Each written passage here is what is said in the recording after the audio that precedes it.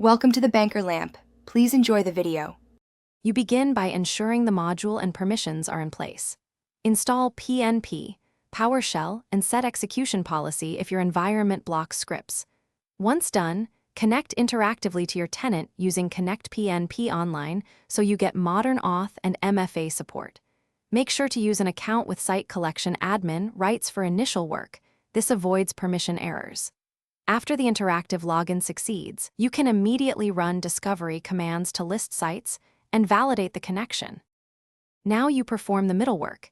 Inspect lists and libraries to understand fields and content types.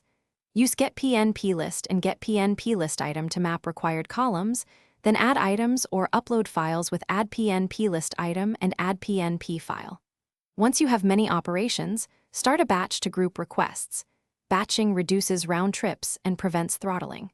When setting metadata, use setPnpList item after upload and include folder or content type to place items correctly.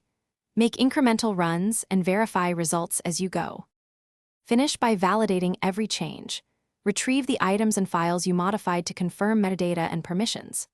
Once verified, disconnect with Disconnect PnP Online and archive the working script including logging of successes and failures so you can replay or audit later.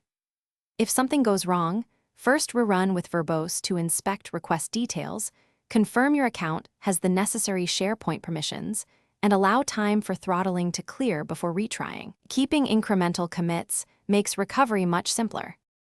Thanks for watching. If this was helpful, leave a like and consider subscribing. See you next time.